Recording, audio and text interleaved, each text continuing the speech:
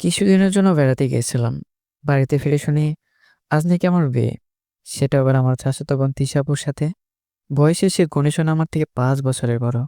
তাকে সবসময় বড় বোনের নজরে দেখে এসেছি। গ্রামে বড় হওয়া সহজ সরল ও লাজুক স্বভাবের ছেলে আমি। আমার চাচা তার পরিবার নিয়ে শহরে থাকেন। তিনি সরকারি উচ্চপদস্থ এক কর্মকর্তা। তাদের সাথে আমাদের মানায় না। ওনার বাড়িতে আসলে আমি ঘর থেকে বেরিয়ে হতাম না, ভয় ও লজ্জায়।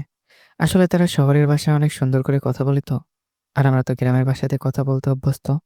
তাই সংকোচ লাগতো, কি বলতে কি বলে ফেলি।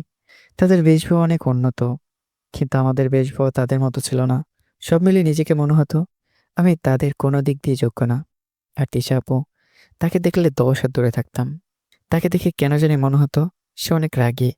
আমার সাথে কথা খুব কম বলতেন। কখনো কখনো দেখা হলেও কথা বলতেন না। আমি অপমানে লজ্জায় কথা বলতাম না। সবার সাথে কথা বলেন এসে আর আমার বেলায় এসে মুখটা গোমড়া করে ফেলেন। আমি রুমের আয়নার সামনে দাঁড়িয়ে নিজেকে দেখতাম। আমার ভিতরে কমতি কি সেটা দেখার জন্য আপু কেন কথা বলেন আমার সাথে, এসব ভেবে খুবই কষ্ট পেতাম।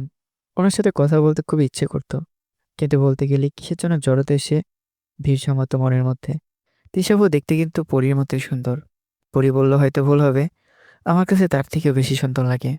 আমি তো পরী দেখিনি, তবে সবাই বলে পরী নাকি অনেক সুন্দর। এখন কি করব ভেবে পাচ্ছি না।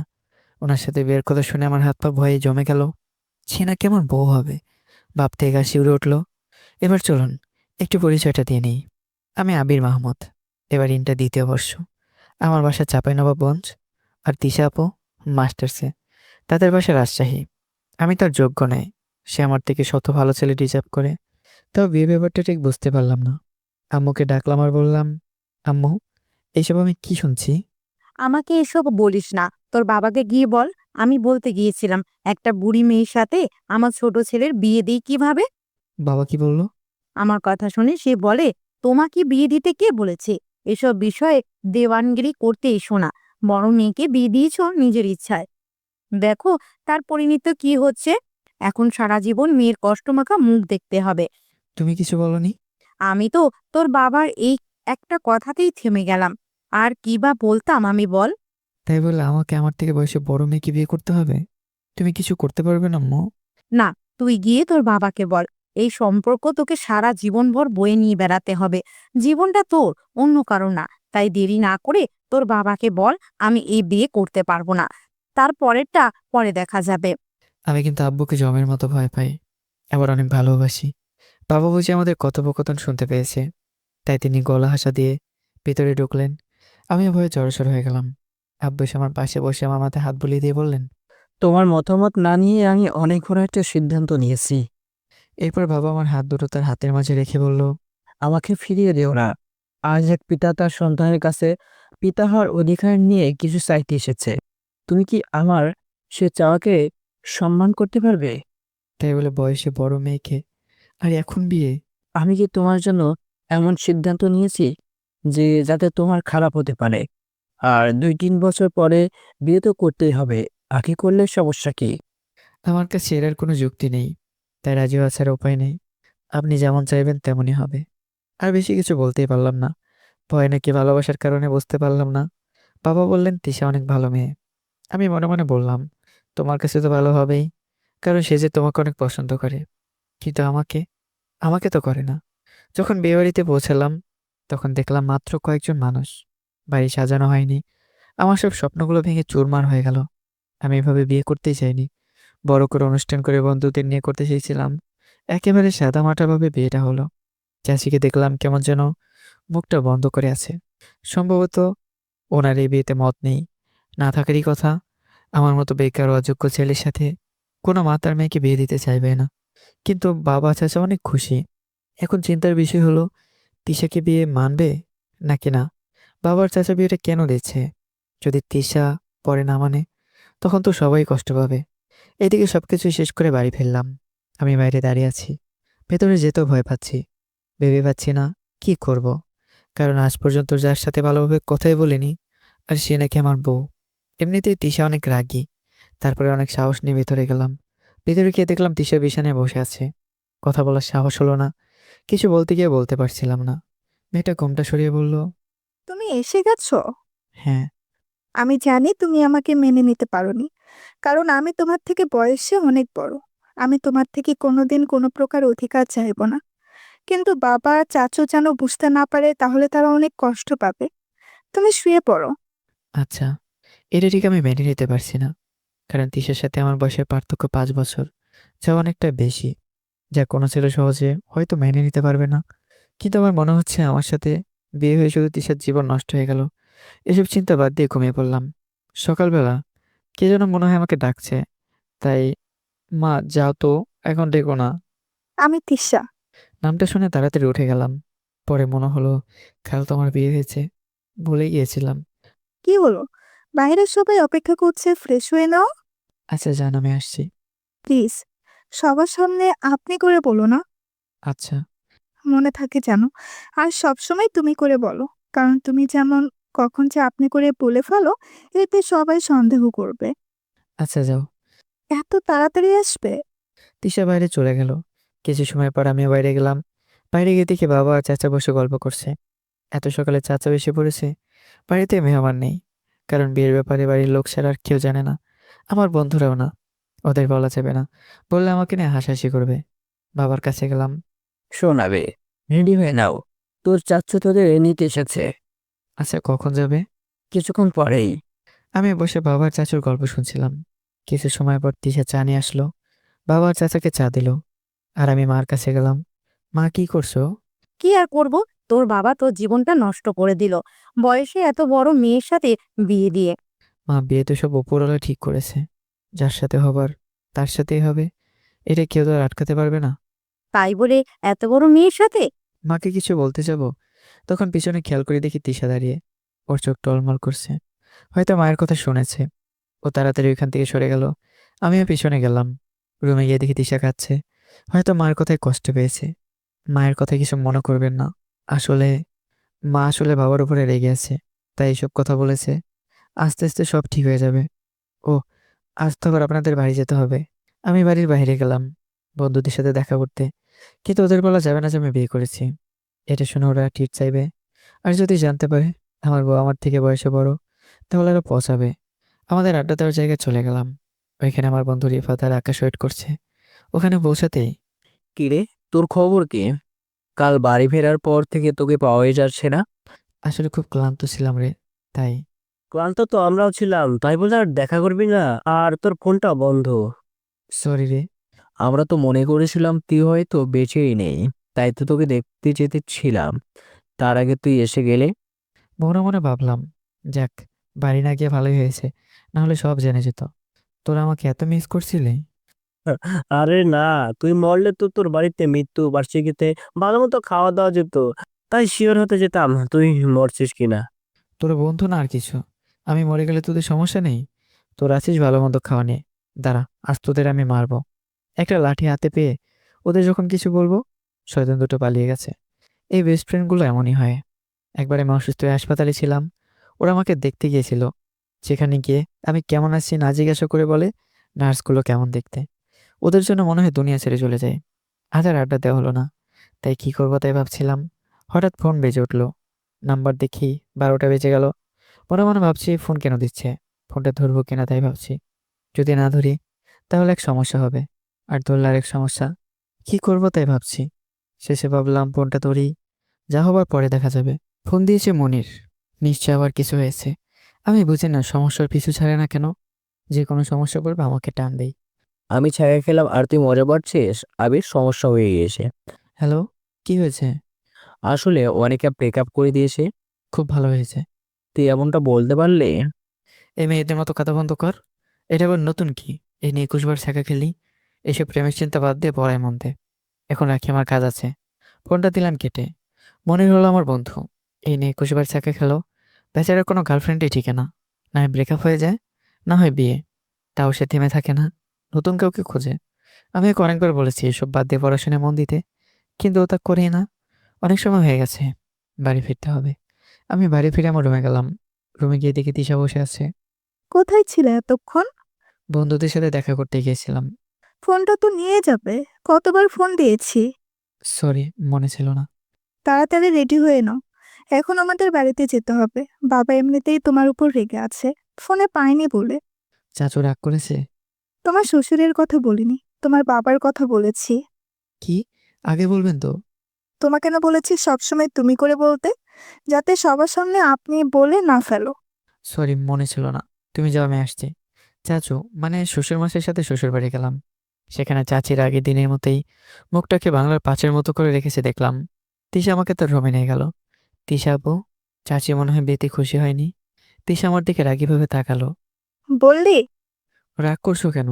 আমি শুধু জানতে চেয়েছি চাচি বিয়েতে রাজি ছিল কিনা। তার আগে কি বলেছস? তিশা। আমি না এখন তোর বউ, আরেকবার যদি এই কথা বলিস তাহলে তোকে আমি। আরে, মুখ খুশকে বেরিয়ে গেছে। এই ভুল যেন আর না হয়। আসার হবে না। ফ্রেশ হয়ে রেস্ট নে। বলে বাইরে চলে গেল। হঠাৎ করে আগের রূপ কেন ধরেছিল? এর আগে স্বভাবের কারণে আগে কথা বলতে ভয় পেতাম। একদিন ভেবেছিলাম অভ্যাসটা মনে হয় আর নেই, কিন্তু দেখছি সেটা রয়ে গেছে। কিছু সময় পর তিশা কিছু খাবার নিয়ে রুমে এলো। আমিও খাবার খেয়ে নিলাম। তারপর রুমে বসে আছি, একা সময় কাটছে না। আমার ভাগ্যটা খুব খারাপ। তিশার একটা বোন নেই, মানে আমার একটা শালিকা নেই, তাই বেকার সময় কাটাচ্ছে। কিছুক্ষণ পর তিশা এলো। কি করছো? কি আর করবো, করার মতো কিছু নেই, তাই বসে আছি। চল একটু ঘুরে আসি, তোমার ভালো লাগবে। আইডিয়াটা মন্দ না। তিশার সাথে বের হলাম। আমরা একটা পার্কে গেলাম, কারণ শহরে তো পার্ক ছাড়া আর সবুজ কোনো জায়গায় নেই। সেখানে জোড়ায় জোড়ায় বসে আছে সবাই। কেউ কেউ প্রেমিক প্রেমিকা, নয়তো বা স্বামী স্ত্রী। আমরা দ্বিতীয় দলের। আমরা গিয়ে একটা নির্জন জায়গায় বসলাম। তিশা, হুম। বলে না তো চাচি এই বিয়েতে রাজি ছিল কিনা? না মা, ছিল না। মা চেয়েছিল তার বড়লোক বান্ধবীর ছেলের সাথে আমার বিয়ে হোক। তাহলে তাকে বিয়ে করতে হয়তো ভালো হতো। এটা বলাতে তিশা আমার দিকে রাগীভাবে তাকালো। ছেলেটা ভালো না, নেশা করে, একেবারে বাবা মায়ের অবাধ্য। যখন চাচু এটা জানতে পারে তার মা বান্ধবী ছেলের সাথে আমার বিয়ে দিতে চাচ্ছে, তখন বাবা আর চাচু মিলে তোমার সাথে আমার বিয়ে ঠিক করে। এটা নিয়ে ঝামেলাও হয়েছে। তুমি তো এখানে ছিলে না, তাই জানো না। এই জন্যই চাচির মুখের এই অবস্থা। কিরকম? না মানে কেউ ওনার মুখে কালো কালি মেখে দিয়েছে মনে হচ্ছে। কি বললে? বলেই কিলঘুষি শুরু। কি মেরে বাবা, কখন কি করবে কিছুই বোঝা যায় না। কিছুক্ষণ আগে নরম ছিল, আর এখন না বললেই ভালো। ভাগ্যিস একে বলিনি আমি কে বিয়ে করতে রাজি ছিলাম না। এমনিতেই বলেছে আমার উপর অধিকার খাটবে না।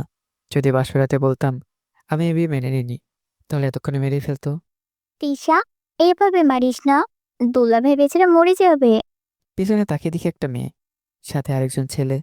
মেয়েটাকে দেখে তিশা মারা ছেড়ে দিয়ে দাঁড়িয়ে গেল। আরে দিশা, তুই এখানে? হ্যাঁ, হবু বরের সাথেই এলাম। আর তুই এখানে কি করছিস? তোর বাড়ি গিয়েছিলাম, পাইনি। এই তো একটু বের হয়েছি। প্রেম করতে। যাক, অবশেষে তুই প্রেমে পড়লি। কিন্তু তোর বয়ফ্রেন্ডকে দেখে পিচ্ছি পিচ্ছি মনে হচ্ছে। মেয়েটা আমাকে পিচ্চি বলছে, এতে আমার খুব রাগ হলেও কিছু বলতে পারলাম না। হ্যাঁ, ও আমার থেকে বয়সে ছোট। তার মানে সিনিয়র জুনিয়র প্রেম। আচ্ছা, তোরে প্রেম কর। আর এই নে আমার বিয়ের কার্ড। ঠিক সময় তোর বরকে নিয়ে চলে আসিস। আমি তোর মতো না, যে লুকিয়ে লুকিয়ে বিয়ে করে নেব, বেস্ট ফ্রেন্ডকেও বলবো না। তুই জানলি কেমন করে আমার বিয়ে হয়েছে? তোর বাসায় গিয়েছিলাম, তখন আঙ্কেল বলেছে। রাগ করিস না, আসলে বিয়েটা হঠাৎ করে হয়ে গেছে। তার বাড়ির লোক ছাড়া আর কেউ জানে না। জানি, আঙ্কেল বলেছে। আর আমার বিয়ের আর মাত্র কিন্তু 15 দিন বাকি আছে। তুই তোর বরকে নিয়ে 2 দিন আগেই চলে আসবি। তোকে ছাড়া আমার কিন্তু একটু ভালো লাগবে না। আচ্ছা, আসবো। তারপর তিশার ফ্রেন্ড তার হবু বরের সাথে আমাদের পরিচয় করে দিল। কিছুক্ষণ পর আমরা বাসায় ফিরে এলাম। বাসায় ফিরতেই চাচার ডাক পড়লো। আমরা দুজনে গেলাম। কিরে, তোরা কোথায় ছিলি? আবির ঘরে বসে বোর হচ্ছিল, তাই বেড়াতে গিয়েছিলাম। তোর বান্ধবী এসেছিল? কথা হয়েছে ওর সাথে। আচ্ছা, যা তো, আমাদের জন্য চা নিয়ে আয়। তিশা চা নিতে চলে গেল। আমি চাচার পাশে বসলাম, বসে গল্প করছি। তিশা চা নিয়ে এলো। গল্প শেষে সবাই একসাথে খেয়ে ঘুমিয়ে গেলাম। পরদিন আমরা ফিরে এলাম। এই কয়েকদিন আমাদের সম্পর্কে অনেক পরিবর্তন এসছে। আমাদের মধ্যে একটা বন্ধুত্বপূর্ণ সম্পর্ক হয়ে গেছে। আমার মনে হচ্ছে আমি ধীরে ধীরে তিশার প্রতি দুর্বল হয়ে পড়ছি। আর তিশাও, কারণ আগে ঘুমানোর সময় মাঝে কোলবালিশ রেখে ঘুমতো, কিন্তু এখন কিছুই দেয় না। এখন বাড়ির বাইরে থাকলে বারবার ফোন করে জিজ্ঞাসা করে কোথায় আছি, আর বলে মা নাকি জানতে চেয়েছে তাই ফোন করেছে। কিন্তু আমি জানি মা বলেনি। আমি মনে মনে ভাবি ঠিকমতো মিথ্যা বলতে পারে না। বিয়ে প্রায় 1 মাস হয়ে গেছে, 1 মাস ওকে ভালোবেসে ফেলেছি। খুব তাড়াতাড়ি বলে দেবো ওকে। কাল ওর জন্মদিন। আর কালকেই বলে দেবো আমার মনের কথা।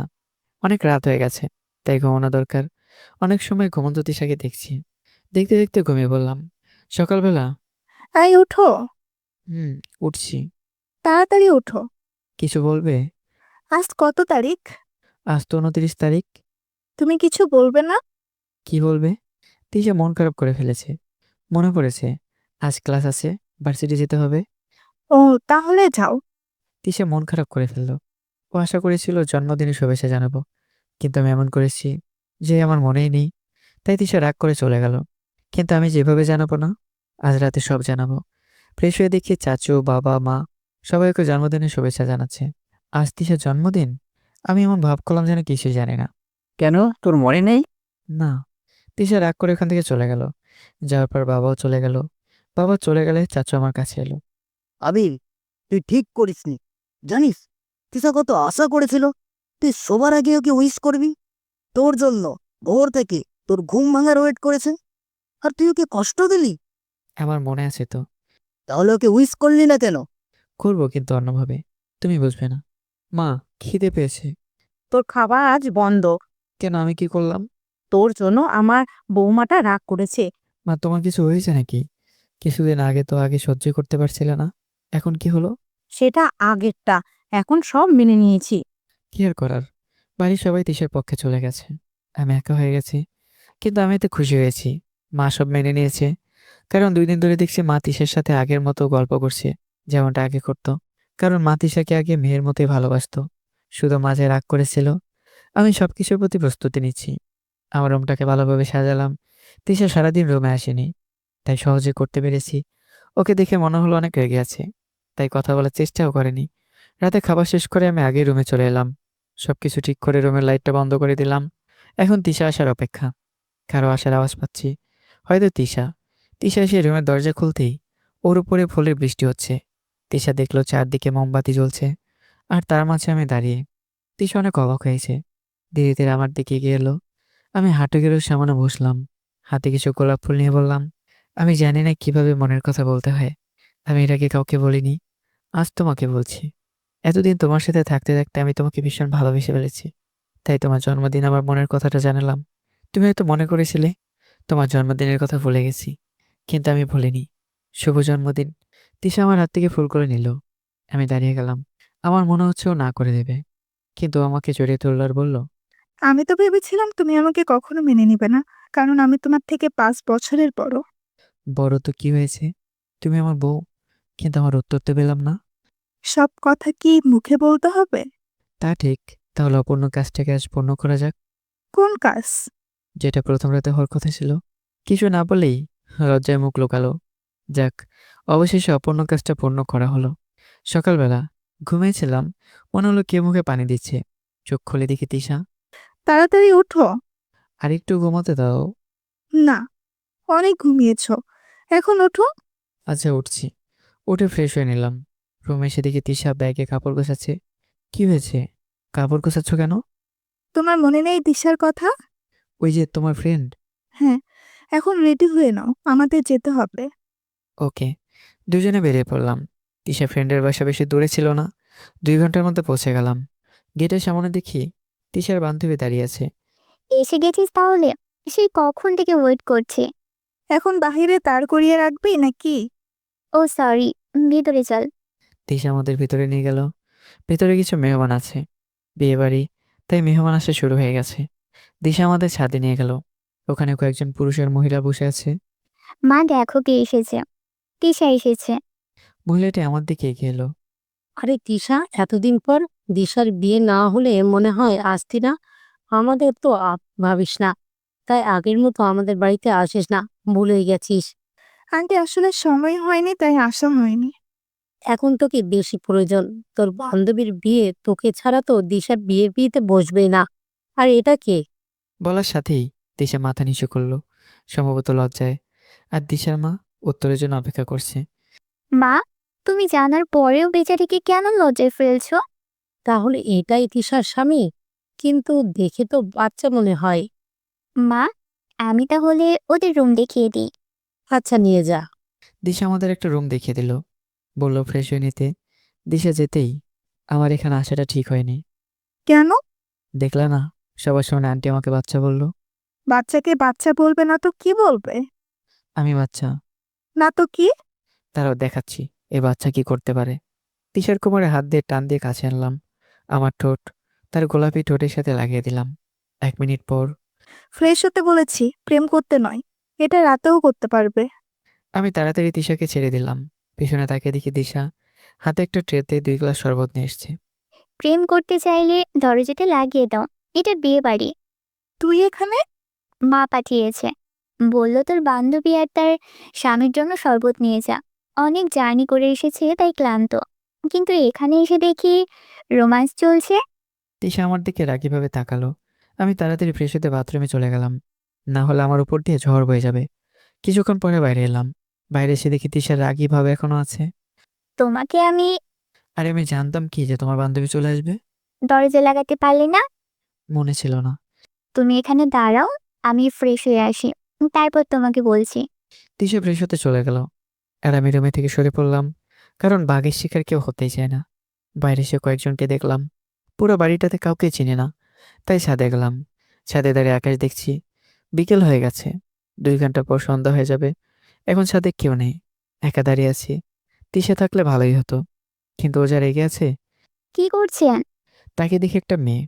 আপনি? আমি মিম, দিশা আপুর খালাতো বোন।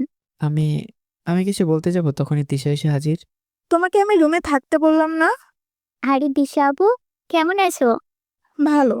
তুমি কেমন আছো? ভালো, কিন্তু উনিকে? আমার স্বামী। তোমার বিয়ে হয়ে গেছে? হ্যাঁ, চলো। তিশা আমাকে টানতে টানতে নিচে নিয়ে এলো, রুমে এনে দরজা লাগিয়ে দিল। আমার মনে হলো আজ আমি শেষ। মেয়েদের সাথে তোমার কি? ওখানে তো একজনই ছিল, তাহলে দের বলছো কেন? শোনো, এটা বিয়ে বাড়ি। এখানে অনেক মেয়ে আসবে। ভুল করেও কোনো মেয়ের সাথে কথা বলবে না। কেন? যা বলছি তাই করবে। যদি মেয়েরা আমার সাথে কথা বলতে চায়? তাহলেও বলবে না। আচ্ছা, তাহলে দরজা খোলো। মনে থাকে জানো। হ্যাঁ, থাকবে। রাত হয়ে গেল, আমরা ঘুমাতে রুমে এলাম, কারণ সকালে অনেক কাজ আছে। তিশার বেস্ট ফ্রেন্ডের বিয়ে, তিশাকে ব্যস্ত থাকতে হবে। রুমে আসার পর তিশা, বলছিলাম কি, মানে ওই সময়টা পূরণ করা হয়নি, মাত্র 1 মিনিট হয়েছিল। মনে নেই তোমার? কাজটা সম্পন্ন করলাম, আর বাকিটা ইতিহাস। বুঝতেই তো পারছেন। ঘুমিয়ে পড়লাম। সকালবেলা আই উঠো, এটা কিন্তু বাড়ি নয় যে পড়ে পড়ে ঘুমাবে। তাহলে কি করব? উঠে ফ্রেশ হয়ে নাও। আমি ফ্রেশ হয়ে এসে দেখি তিশা রুমে নেই। পড়ে গেলাম মহাবিপদে, কারণ বাড়িতে আমি কাউকে চিনি না। তাই তিশাকে খুঁজতে লাগলাম। তিশাকে খুঁজছি, তখন হঠাৎ কালকের মেয়েটার সাথে দেখা।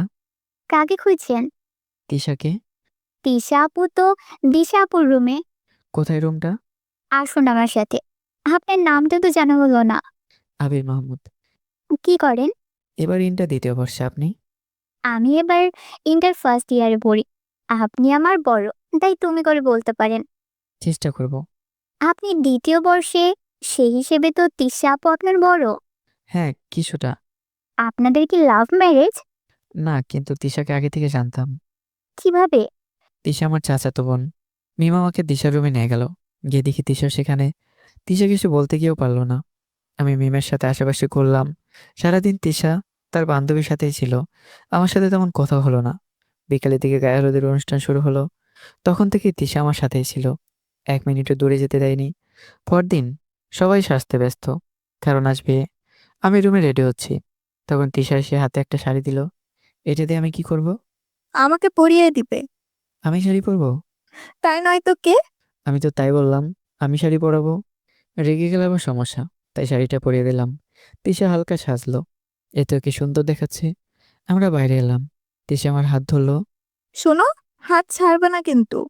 কেন? আমি কি ছোট বাচ্চা নাকি? ছোট বাচ্চা নও, তার জন্যই তো হাত ধরে রেখেছি। নয়তো মেয়েদের সাথে লুতুপুতু করতে যাবে। কি বলছো এসব? দেখেছি, মিমের সাথে কত হেসে কথা বলেছিলে। তুমি কি জেলাস ফিল করছিলে? তিশা আমার দিকে রাগীভাবে তাকালো। ওর এই চাহনি বলে দিচ্ছে ও জেলাস ফিল করছে, আর ভয় পাচ্ছে আমাকে হারিয়ে ফেলার।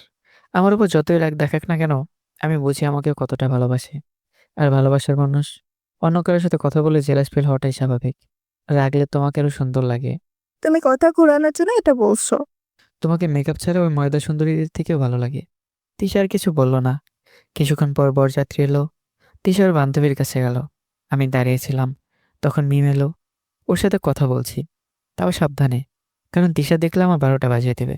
কিছুক্ষণ পর তিশা মেসেজ দিল, ছাদে যেতে বলল। এদিকে তিশা এখনো আসেনি। একটু পর তিশা ছাদে এলো। কি জন্য ডেকেছো?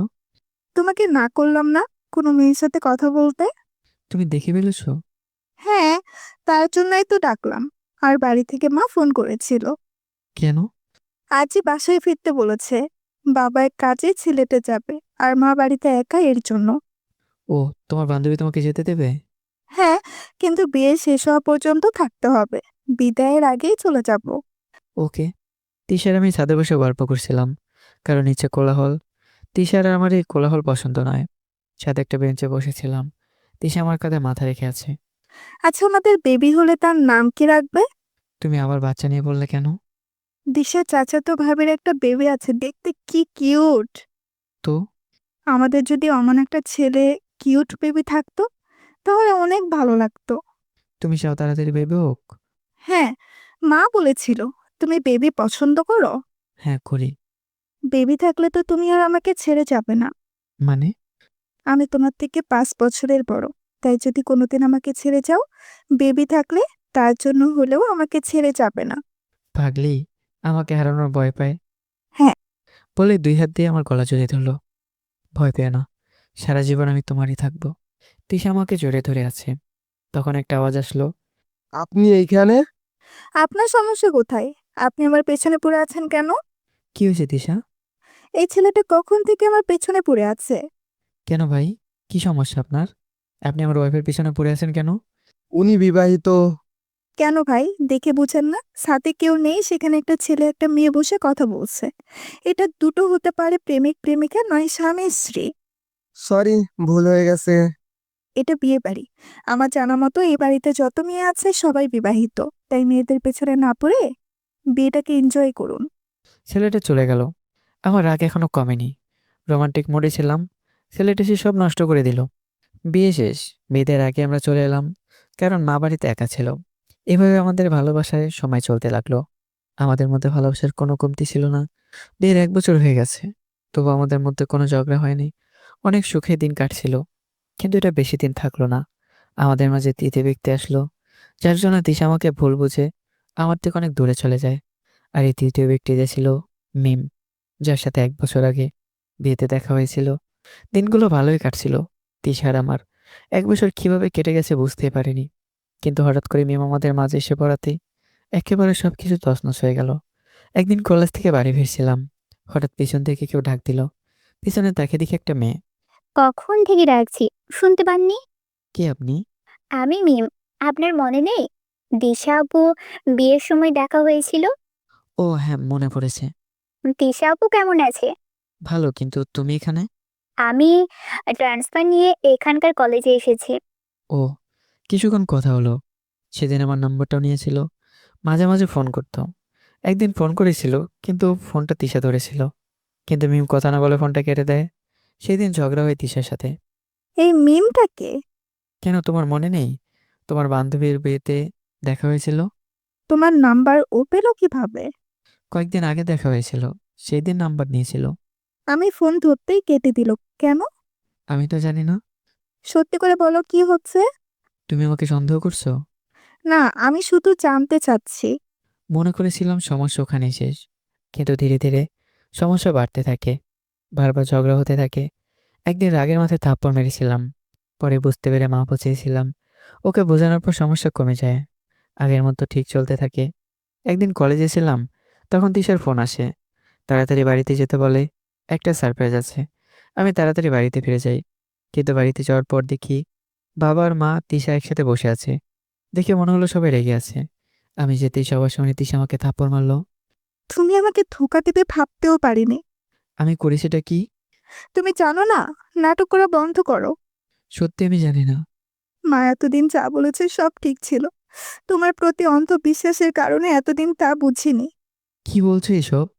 আমি বাড়ি ফিরে যাচ্ছি। আমাকে আর ফিরিয়ে আনার চেষ্টা করবে না। আরো অনেক কথা বলে তিশা চলে গেল। বাবা মা আমার উপর রেগে আছে। তিশা চলে যাবার পর দিনই আমি তিশাদের বাড়িতে যেয়ে ওকে ফিরিয়ে আনার জন্য। আমি ভেবেছিলাম সবার মতো চাচা আমার উপর রাগ করবে, কিন্তু চাচা তা করেনি। তিশাদের বাড়িতে যাওয়ার পর চাচা আমাকে জড়িয়ে কেঁদেছে আর বলে তিশা সবার উপর রাগ করে বাড়ি ছেড়ে চলে গেছে আর যাওয়ার সময় চিঠি রেখে গেছে। আমি চিঠি পড়তে শুরু করলাম। চিঠিতে লেখা ছিল, সবার কাছে আমি বিরক্তির কারণ, আমি সবাইকে বিশ্বাস করতাম আর সবাই আমাকে ধোঁকা দিয়েছে। সবচেয়ে কাছের মানুষগুলো এভাবে ধোঁকা দেবে আমি ভাবতে পারিনি। আবির, তুমি তো বলেছিলে সারা জীবন তুমি আমারই থাকবে, কেউ কেড়ে নিতে পারবে না তোমাকে আমার থেকে। তাহলে আমাদের মাঝে মিম কেন এলো? বলতে পারতে আমাকে তোমার আর প্রয়োজন নেই, আমি চলে যেতাম তোমার জীবন থেকে। এভাবে ধোঁকা কেন দিলে? আমি চাই তুমি সবসময় ভালো থাকো। তোমার ভালোবাসার মানুষের মাঝে আমি কাটা হয়ে থাকতে চাই না, তাই আমি দূরে সরে গেলাম। যদি কখন আমার প্রয়োজন হয় বলো, আমি চলে আসবো। আমি সারা জীবন তোমারই থাকবো। তোমার স্ত্রী হয়ে থাকার অধিকারটুকু দিও, আমি এর থেকে বেশি কিছু চাই না। ইতি, তিশা। তিশা আমাকে ভুল বুঝে চলে গেছে। ওকে খুঁজে বের করে ভুল ভাঙাতে হবে, কিন্তু তার আগে সবার চোখে নিজেকে নির্দোষ প্রমাণ করতে হবে। মিম যা বলেছে তাই করেছে। মিম বলেছিল এমন কাজ করবে, তিশা নিজে আমার জীবন থেকে সরে যাবে, তাই হয়েছে। মিম আমি বিবাহিত জানার পরে আমাকে প্রপোজ করেছে, আর আমি না করে দিয়েছিলাম। তখন ওরা যা বলেছিল তাই ও করেছে। আমি মিমকে ফোন করে আসতে বললাম। ওখানে মা বাবা চাচা চাচি সবাই ছিল। মিম আসার পর, তুমি তিশাকে কি বলেছিলে? কিছু বলিনি তো। মিথ্যা বলবে না। আমি বলার আগে থাপ্পড় দিলাম, তারপর সব বলে দিল। কি বলেছিলে? আমি বলেছি তুমি আমাকে ভালোবাসো আর আমার পেটে তোমার সন্তান, তাই যেন তিশা আমাদের মাঝখান থেকে সরে যায়। কথাটা শুনে আমার রাগটারও বেড়ে গেল। কেন বলেছো এই মিথ্যা কথাগুলো? তখন মিম বলল, আমি তোমাকে ভালোবাসি, কিন্তু তুমি তিশার জন্য আমাকে গ্রহণ করছিলে না। সবাই অবাক হয়েছে। মিমকে মেরে ফেলতে ইচ্ছে হচ্ছে। ওকে যখনই কিছু বলতে যাব, তখনই ওখানে তিশার বান্ধবী দিশা আসে আর বলে মিম মানসিকভাবে অসুস্থ। 6 মাসে একটা অ্যাক্সিডেন্টে ওর মা বাবা মারা যায়, যার কারণে ও মানসিকভাবে আঘাত পায়। আমি জানতাম না মিমের মা বাবা মারা গেছে। এখন বুঝছি, যতবার মিমের সাথে দেখা হয়েছে তখন আজব ব্যবহার করেছে। তখন বুঝতে পারিনি ওকে কিছু বলা যাবে না, কারণ ও অসুস্থ। ও কি করে ও নিজেই জানে না। দিশা ওকে নিয়ে চলে গেল, কিন্তু চাচি কেন এসব করালো? চাচা চাচিকে বলল, তুমি এসব কেন করালে? আমি চেয়েছিলাম আমার বান্ধবীর ছেলের সাথে আমার মেয়ের বিয়ে দিতে। ওরা কত বড় লোক ছিল, কিন্তু তুমি তোমার ভাইয়ের ছেলের সাথেই বিয়ে দিলে। তুমি যে ছেলের সাথে বিয়ে দিতে চেয়েছিলে, ছেলেটা ভালো ছিল না, সব খারাপ স্বভাব ছিল ছেলেটার মধ্যে। আর আবির তার থেকে ভালো, কত সুখে ছিল তিশা, আবিরকে নিয়ে ভালো ছিল। কিন্তু তুমি তোমার নিজের মেয়ের সংসারটা নষ্ট করে দিলে। চাচি আপনি এটা কেন করলেন? তুই কি আমার মেয়ের যোগ্য ছিলি? এখন তো খুশি হয়েছো? তুমি ওদের আলাদা করতে চেয়েছিলে, করেছো। তোমার জন্য তোমার জন্য আমার মেয়েটা বাড়ি ছেড়ে চলে গেছে। আমরা তিশাকে খোঁজার জন্য কাজে লেগে পড়লাম। চাচি এখন তার ভুল বুঝতে পেরেছে, কিন্তু এখন বুঝে লাভ নেই। সব থেকে বড় ক্ষতি করে চাচা এখন চাচির সাথে কথা পর্যন্ত বলে না। আমি দিশাকে খুঁজেই চলেছি, কিন্তু কোথাও খুঁজে পেলাম না। তাহলে কি কোনোদিন ওকে খুঁজে পাবো না? এভাবে দেখতে দেখতে কেটে গেল 5টি বছর। 5 বছর পর আজও তিশাকে খুঁজে পাইনি। অভিমান করে কোথায় চলে গেছে সেটা জানতেই পারিনি। আজও তিশাকে আর আমাদের সন্তানকে খুঁজেই চলেছি। 5 বছর আগে যেদিন তিশা আমাকে সারপ্রাইজ দেওয়ার জন্য ডেকেছিল, সেই সারপ্রাইজটা ছিল তিশা মা হতে চলেছে। কিন্তু সেদিন ওলটপালট সব হয়ে গেল। আমি খবরটা জানতে পারি তিশা চলে যাওয়ার 7 দিন পর, যখন আমি আলমারি চেক করেছিলাম। সেখানে কাগজটা ছিল, আমার পড়াশোনা শেষ, এখন আমি একটা কোম্পানিতে ম্যানেজার হিসেবে আছি। সকালে আমি অফিসে গেলাম। সাবধানে যাস। বেরিয়ে পড়লাম অফিসের জন্য। অফিসে বসে কেবিনে বসে কাজ করছিলাম, তখন বস ডেকে পাঠালো। স্যার, আপনাকে ডাকছেন। ও চাচা, কেমন আছেন? ভালো। চাচা, আপনাকে বলেছি আপনি করে বলবেন না। আমি আপনার ছেলের বয়সী। ছেলেকে কেউ আপনি করে বলে? আমার নাম ধরে রাখবেন। সবাই স্যার ডাকতে বলে, আর তুমি নাম ধরে ডাকতে বলো? আমি সবার মতো না। আচ্ছা যাই, দেখি স্যার কি বলে। আমি স্যারের রুমে গেলাম। স্যার আসতে পারি? Yes come. ডেকেছিলেন? হ্যাঁ, আপনাকে একটা প্রজেক্টের কাজে সিলেট যেতে হবে। আমি যেতে পারবো না, আপনাকে একা যেতে হবে। ওখানে অফিসের দায়িত্বে আপনার যতদিন প্রজেক্ট শেষ না হয়। ওকে। আমি আমার কেবিনে চলে এলাম। স্যারের কথায় রাজি হলাম, কারণ সিলেট গেলে তিশাকে খুঁজতে পারবো। কারণ ও বলেছিল ও সিলেটের চা বাগান দেখার খুব ইচ্ছে আছে। ও যদি ওখানে যায়। অফিস থেকে লাঞ্চ টাইমে ছুটি পেয়ে গেলাম, কারণ সিলেটে যাওয়ার জন্য জিনিস গোছাতে হবে। আমি বাড়ি পৌঁছে যখন কলিং বেল বাজালাম, তখন মা দরজা খুলে দিল। আর অবাক হলো, কারণ কোনোদিনও তো আগে আসেনি। কি করে আজ এত তাড়াতাড়ি চলে এলি? অসুস্থ নাকি? না, কাজ করতে হবে এর জন্য। মানে? আগে ভেতরে যেতে দাও, তারপর বলি। আয়, ভিতরে আয়। বাবা কোথায়? একটু বাইরে গেছে, এক্ষুনি এসে পড়বে। তাহলে বাবা আসুক, একসাথেই বলি। আমি ফ্রেশ হয়ে আসছি। আমি ফ্রেশ হতে চলে গেলাম। ফ্রেশ হয়ে এলাম, বাবা এসেছে। একসাথে লাঞ্চ করা শুরু করলাম। বাবা, আমাকে অফিসের কাজে সিলেটে যেতে হবে। কয়দিনের জন্য? প্রায় 2 মাস। এতদিন? ভালো হয়েছে, ওখানে তিশাকে খুঁজতে পারবো। আর কতদিন খুঁজবি? যতদিন না খুঁজে পাই। জিনিসপত্র গুছিয়ে নিলাম। রাতে ছাদে বসে আকাশ দেখছি। একসময় তিশা আর আমি একসাথে বসে আকাশ দেখতাম। তখন গ্রামে ছিলাম। গ্রামের রাতের আকাশগুলো অনেক সুন্দর লাগে। তিশা চলে যাওয়ার পর আমরা শহরে আসি। গ্রামে বেশি যাওয়া হয় না, কারণ ওখানে তিশার স্মৃতিগুলোতে ভরপুর। জানি না ও কোথায় আছে, কিন্তু একদিন ঠিকই খুঁজে বের করব। রাতে ঘুম আসে না, কি করব? তিশা আমার সব কিছু নিয়ে চলে গেল, আর আমাকে একা রেখে দিয়ে চলে গেল। সকালবেলা বাসা থেকে বেরিয়ে পড়লাম এয়ারপোর্টের উদ্দেশ্যে। সেখান থেকে প্লেনে করে সিলেট যাব। এতে সময় কম লাগবে। প্লেনে ওঠার কিছু সময় পর সিলেটে পৌঁছে গেলাম। এয়ারপোর্টের বাইরে দাঁড়িয়ে আছি কোম্পানির গাড়ি আসার জন্য, কিন্তু এখনো আসেনি। কিছু সময় পর একটা গাড়ি এসে থামলো। গাড়ি থেকে একটা মেয়ে বেরিয়ে আসলো। সরি স্যার, দেরি হওয়ার জন্য। আপনি কে? আর এখানে? আমি আমি মিতু আর রবিন স্যার আসতে পারিনি, তাই আমাকে পাঠিয়েছে। ও চলে। গাড়িতে ওঠার পর, স্যার, আপনার নামটা যেন কি? আমাকে নিতে এসছেন আর আমার নামই জানেন না? মনে হচ্ছে মাথা ফাটিয়ে দেই। নাম বলতে সমস্যা কোথায়? আমাকে বকছেন? না অফিসে চলেন। স্যার, এইমাত্র না এলেন, এখনই অফিসে যাবেন? সোজা অফিসে যাব। ওকে স্যার, এই অফিসে নিয়ে যাও। অফিসে চলে এলাম। আমি অফিসে ঢুকতেই সবাই দাঁড়িয়ে গেল। হয়তো আশা করিনি। আমাকে দেখে রবিন এগিয়ে এলো। স্যার আজই চলে এলেন, আজ রেস্ট নিতেন? আমি এখানে বসে থাকার জন্য আসিনি। আবার কেবিন কোথায়? সরি স্যার, আসুন। তারপর কেবিনে চলে গেলাম। স্যার এটা আপনার কেবিন। আর মিস মিতু আপনার প্রিয়ে যতদিন এই প্রজেক্টে কাজ করবেন আপনাকে সাহায্য করবে। ওকে যান, প্রজেক্টের ফাইলগুলো নিয়ে আসুন। Okay sir. কিছু সময় পর মিতু ফাইল নিয়ে এলো। এই নিন ফাইল, প্রয়োজন হলে ডাকবেন। আপনারা কাজে যান এখন। মিতু বাইরে ওর কেবিনে গেল। সেখানে তার সাথে ওর বান্ধবী নেহাও কাজ করে। কিরে, নতুন স্যার কেমন? একদম রোবট, আর সব সময় রাগী ভাব নিয়ে থাকে। আমার ওনাকে দেখে ভয় লাগে। আমি আগে জানতাম, রবিন স্যার বলেছিল নতুন যে আসে উনি অনেক রাগী। আগে বলিসনি কেন? তোকে বলতে চেয়েছিলাম, তুই শুনিসনি। এর সাথে কাজ করব কিভাবে? এত রাগ দেখানো ছাড়া আর কিছুই পারে না। কি আর হবে, বেশি করলে যা হয়।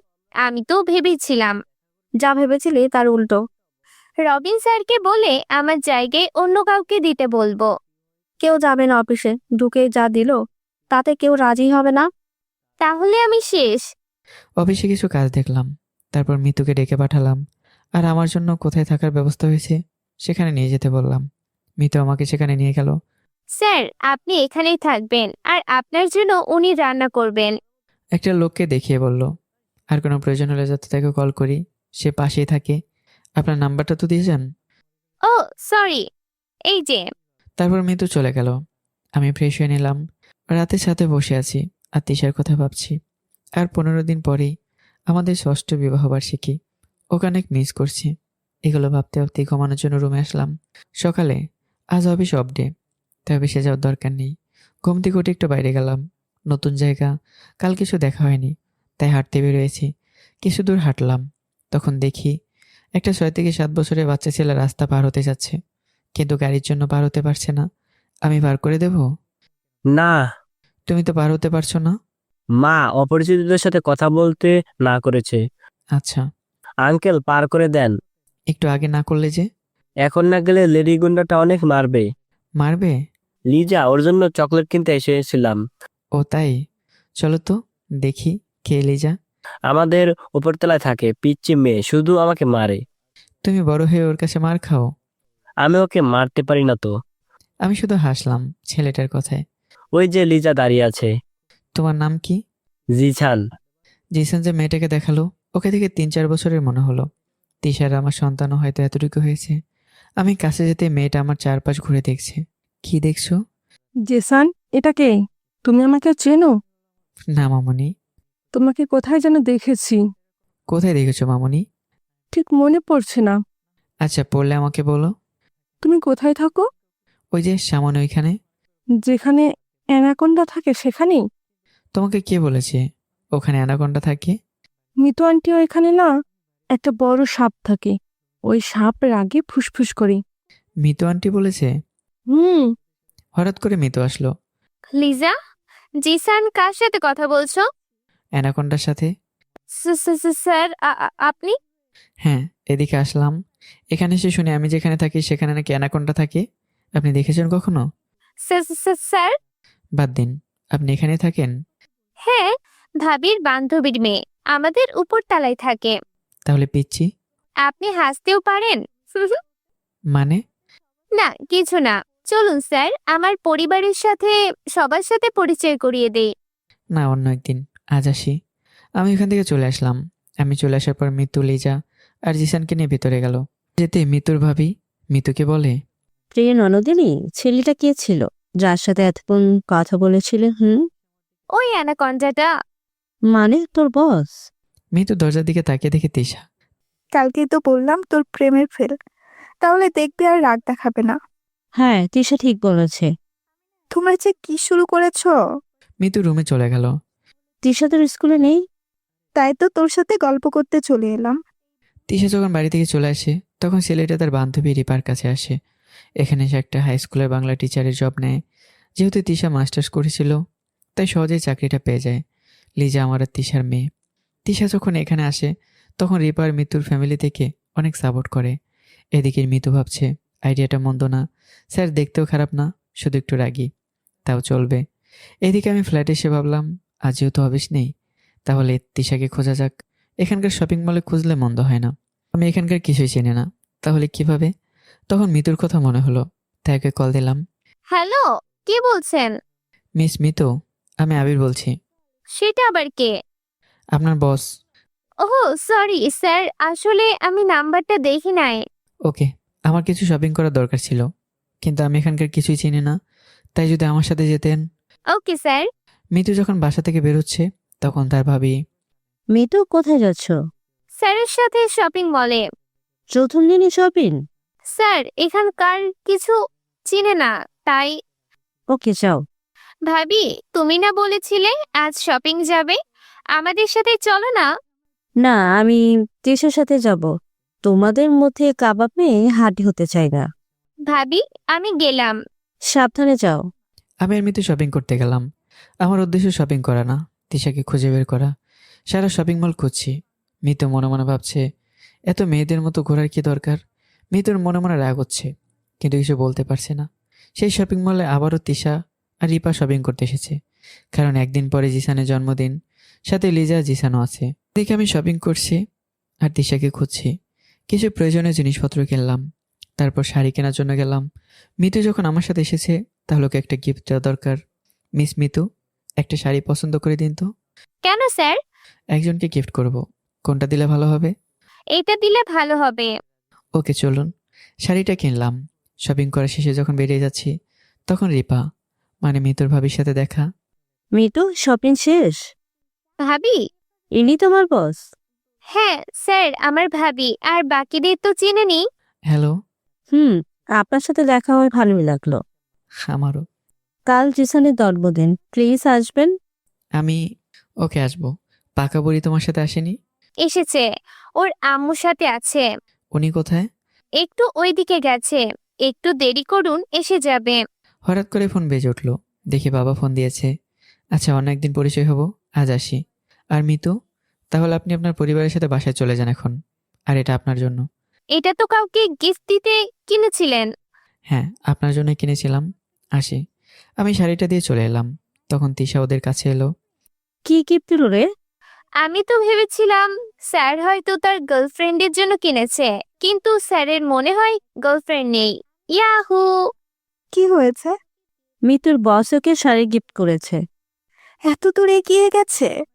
মা, ওই আঙ্কেলকে আমি যেন আগে কোথায় দেখছি। কোথায় দেখেছো মামনি? না, তার আগে মনে পড়ছে না। আর একটু আগে এলে দেখা হতো। পরে একদিন দেখা করে নিব। চলো শপিং শেষ করি। ওকে চল। গাড়িতে উঠে ফোনটা ধরলাম। হ্যালো বাবা। কেমন আছিস? ভালো আছি। নে ধর, তোর মায়ের সাথে কথা বল। কেমন আছিস? ভালো আছি মা। ঠিক মতো খাওয়া দাওয়া করিস তো? হ্যাঁ মা, করছি। সাবধানে থাকিস। আচ্ছা মা, এখন রাখি। ফ্ল্যাটে ফিরে এলাম। সারাদিন প্রজেক্টের ফাইলগুলো দেখলাম। আর অন্যদিকে তিশারা শপিং করে বাসায় ফিরে এলো। বাসায় ফিরে যখন তিশা লিজাকে খাইয়ে দিচ্ছে, আম্মু, আমি না ওই আঙ্কেলকে আগে দেখছি, কোথায় মামনি? তাই তো মনে পড়ছে না। এবার কিন্তু মার খাবে। সত্যি মা, আমি দেখছি। দুষ্টু মেয়ে, সব সময় দুষ্টুমি নয়। লিজা অনেকবার বলল, কিন্তু তিশা শুনলই না। কারণ লিজা সবসময় দুষ্টুমি করে, তাই এটাকেও দুষ্টুমি হিসেবেই নিচ্ছে। অনেক রাত হয়েছে। প্রতিদিনকার মতো আকাশ দেখছি আর তিশার কথা মনে করছি।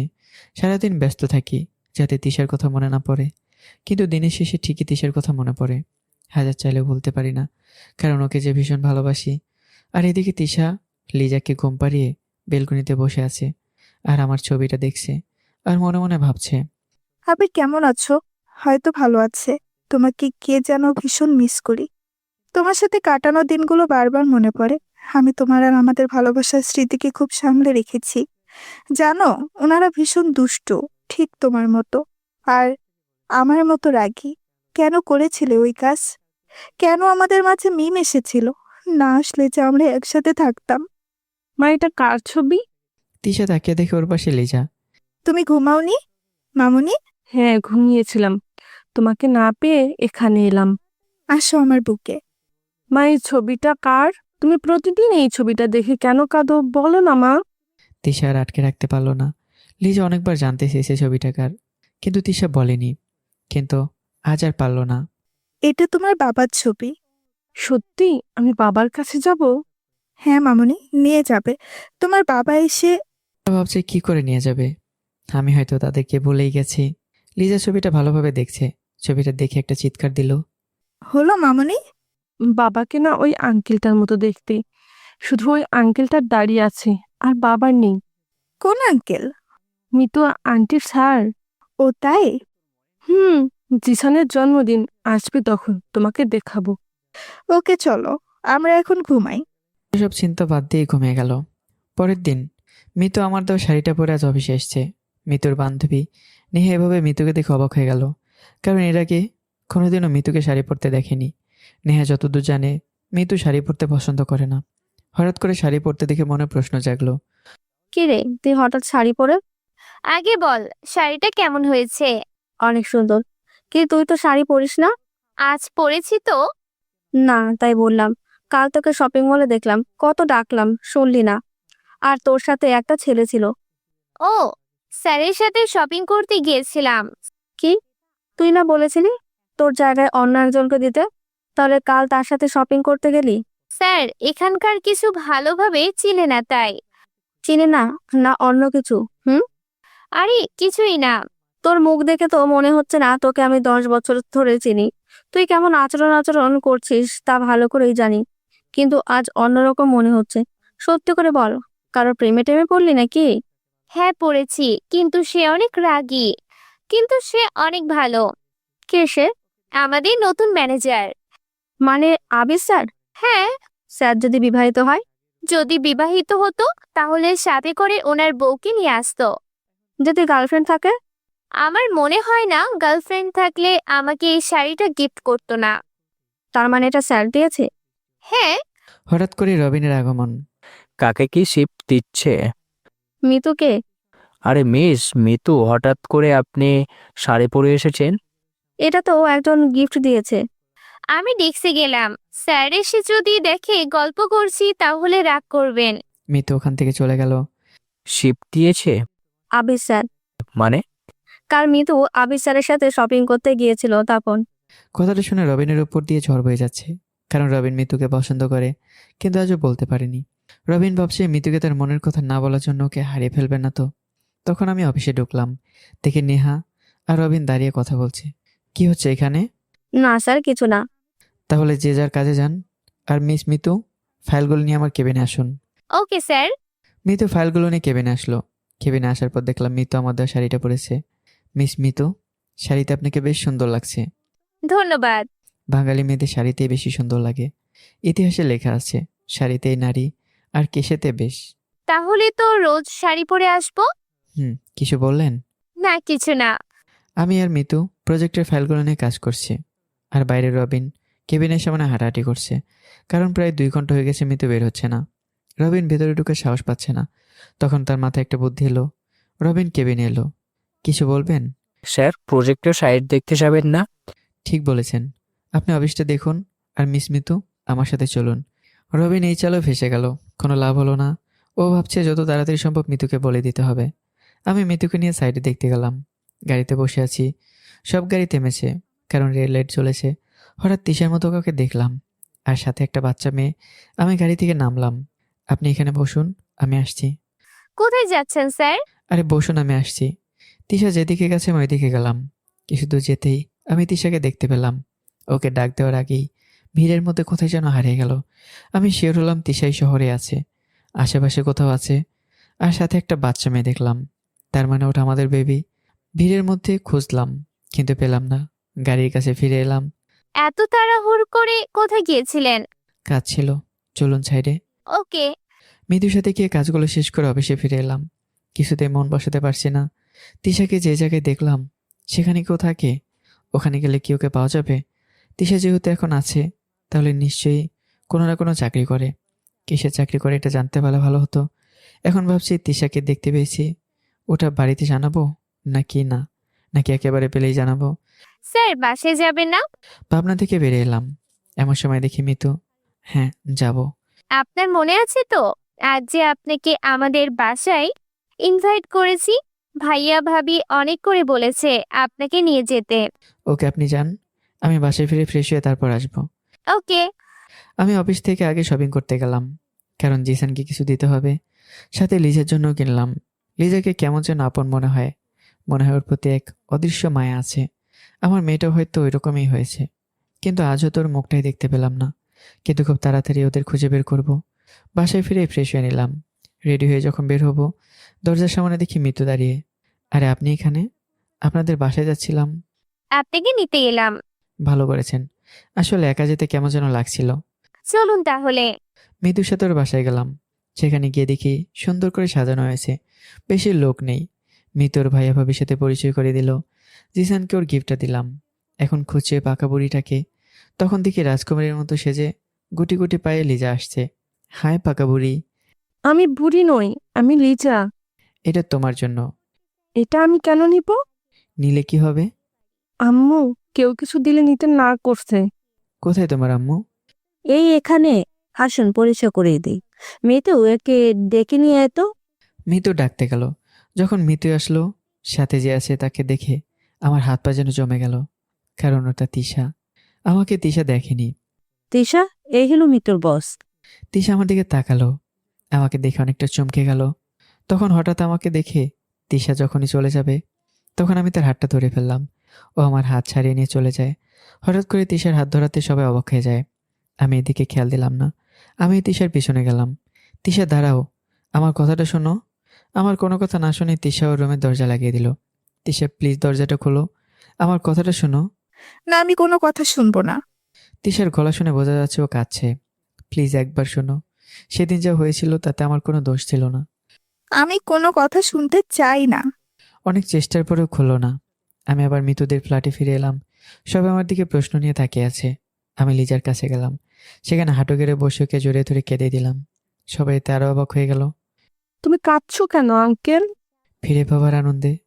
কি? আমার রাজকুমারী আর তার মাকে। আর আমি তোমার বাবা। সত্যি? তোমাকে জানো, একদম ছবির মতো দেখতে, যেটা আমার মায়ের কাছে আছে। তুমি দেখেছো? আম্মু তোমার ছবি দেখিয়ে বলেছে এটা তোমার বাবা, কিন্তু ওখানে তো দাড়ি নেই। পাকা বুড়ি, তখন তো আমার দাড়ি ছিল না। ওকে ছাড়ো। পেছনে তাকে দেখি তিশা। তিশা, তুমি এসেছো? আমি আমার মেয়েকে নিতে এসেছি। ও আমারও মেয়ে। না, লিজা শুধু আমার মেয়ে। প্লিজ তিশা, আমার কথাটা শোনো। আম্মু, এটা কি আমার বাবা? তিশা কোনো কিছু শুনতে যাচ্ছে না। তিশা, এটা তুমি অস্বীকার করো না প্লিজ। হ্যাঁ। সত্যি? হুম। লিজা এসে আমার কোলে উঠলো। বাবা আমাকে ছেড়ে আর যাবে না তো? না মামনি। লিজা চলো। না, আমি বাবার সাথে থাকবো।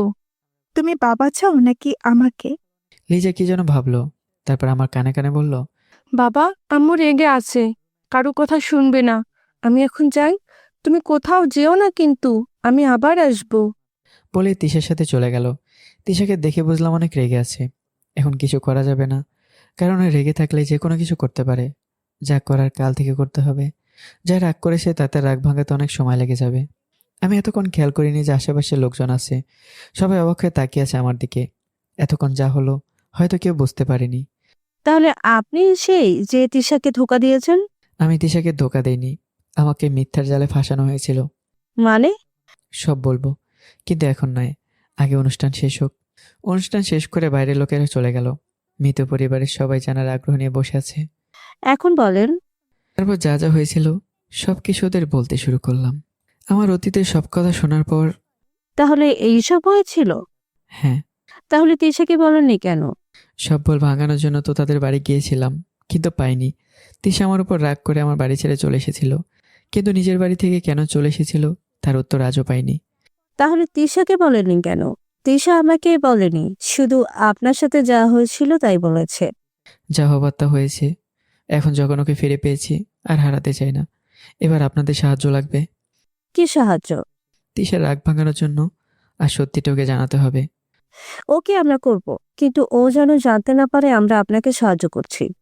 ওকে, আজ আসি, কাল আসবো, আর কাল থেকে শুরু হবে। কাল সকাল 7টার আগে আসবেন, কেন? না হলে ওকে পাবেন না। আসলে ও একটা স্কুলের টিচার। ওকে, আমি চলে এলাম। বাসায় আসার পর মা বাবাকে ফোন করলাম। হ্যালো, বাবা, তিশাকে পেয়ে গেছি। কি? হ্যাঁ, কোথায়? এই সিলেটেই। তুমি তাড়াতাড়ি চাচাকে জানো। হ্যাঁ, জানাচ্ছি। আর আমরা পরশু আসছি। আরেকটা কথা, কি? যখন বাড়ি থেকে চলে এসেছিল তখনও প্রেগন্যান্ট ছিল। হ্যাঁ, তাই। তুমি দাদা হয়েছ, আর একটা ছোট রাজকুমারী আছে। কি? আমরা খুব তাড়াতাড়ি আসছি। জানো বাবা, ওনা ভীষণ দুষ্ট। তোমরা তাড়াতাড়ি চলে এসো। ফোনটা কেটে দিলাম। আজ আমি ভীষণ খুশি। 5 বছর পর তিশাকে খুঁজে পেলাম, কিন্তু তিশা ভীষণ রেগে আছে। তার রাগ আমি ভাঙাবই, আর আমার সাথে ফিরিয়ে নিয়ে যাবই, সাথে আমার রাজকুমারীকেও। তখন আবার চাচার ফোন। আমি তোর বাবা বলল তিশাকে খুঁজে পেয়েছিস, হ্যাঁ, আর আমি নাকি নানা হয়েছি। হ্যাঁ। কথাটা শোনার পর চাচা কেঁদে দিল, কারণ এত বছর পর মেয়ের খোঁজ পেয়েছে। এতে যে কোনোভাবেই কেঁদে দেবে, যেমনটা আমি কেঁদেছিলাম যখন জানতে পারলাম লিজা আমার মেয়ে। আমি কালই আসছি। হ্যাঁ, এসে পড়ো।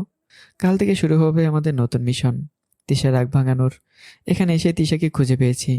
রাতটা কোনো রকম পার করলাম। সকাল 6টা, তাড়াতাড়ি ঘুম থেকে উঠে তিশার ওখানে চলে গেলাম, কারণ ওর রাগ ভাঙাতে হবে। কলিং বেল বাজাতে দরজা খুলে দিল। আপনি এখানে কেন এসেছেন? চুম্বকের আকর্ষণে। মানে? তুমি হলো চুম্বক আর আমি লোহা। তুমি আমাকে মনে মনে ডাকলে আমি চলে এলাম। আমি আপনাকে ডাকিনি। সত্যি তো? তাহলে তোমার মনকে জিজ্ঞাসা করো, দেখো সে কি বলে। সরো, ভিতরে যেতে দাও। তিশাকে সরিয়ে ভিতরে গেলাম। ভিতরে গিয়ে দেখি আমার রাজকুমারীটা বসে বসে খেলা করছে। আমাকে দেখে ছুটে আসলো। বাবা, তুমি এসেছো? হ্যাঁ মামনি।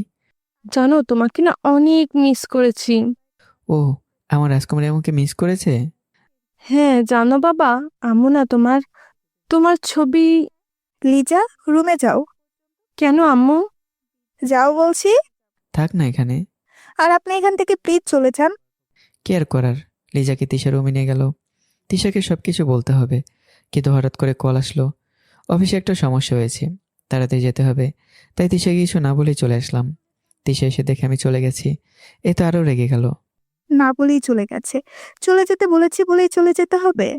কোনো জোর করলো না। তোমার তো একটা অধিকার আছে। অফিসে এসে দেখি মিতু মন খারাপ করে বসে আছে। নেহা সেটা দেখে মিতুর কাছে আসলো। কি রে মিতু, কি হয়েছে? সবকিছু শুরু হওয়ার আগেই শেষ হয়ে গেল। মানে? স্যার বিবাহিত, আর একটা মেয়েও আছে। তুই কিভাবে জানলি? স্যার আসলে তিশা আপুর স্বামী এতদিন ওনাদের মধ্যে সমস্যা হয়েছিল, তাই দূরে ছিলেন। মানে তুই প্রেমের আগে চাকা খেলি? তখন আমি অফিসে পৌঁছালাম। কি হচ্ছে এসব? আসলে স্যার, যান কাজ করুন। আর মিস মিতু, ফাইলগুলো কমপ্লিট হয়েছে? হ্যাঁ স্যার। নিয়ে আসুন তাড়াতাড়ি। আমি কেবিনে গেলাম, বসে তিশাকে নিয়ে ভাবছি কি করে রাগ ভাগানো যায়। মিতু ফাইলগুলো নিয়ে এলো, আমি চেক করলাম। করার পর যখন মিতু চলে যাচ্ছিল তখন, মিতু, জি বলুন। তিশার স্কুলের ঠিকানাটা দিতে পারবে? সরি, তুমি বলে ফেললাম। আপনি তুমি করে বলতে পারেন, সমস্যা নেই। আর আমি ঠিকানা দিচ্ছি। ধন্যবাদ। তুমি রবিনকে বলো অফিসটা সামলাতে। Okay sir. মিতুর কাছে ঠিকানা নিয়ে বেরিয়ে পড়লাম। রাস্তাটা চিনতে অসুবিধা হলো না। এই রাস্তায় আগেবার তিশাকে দেখেছিলাম।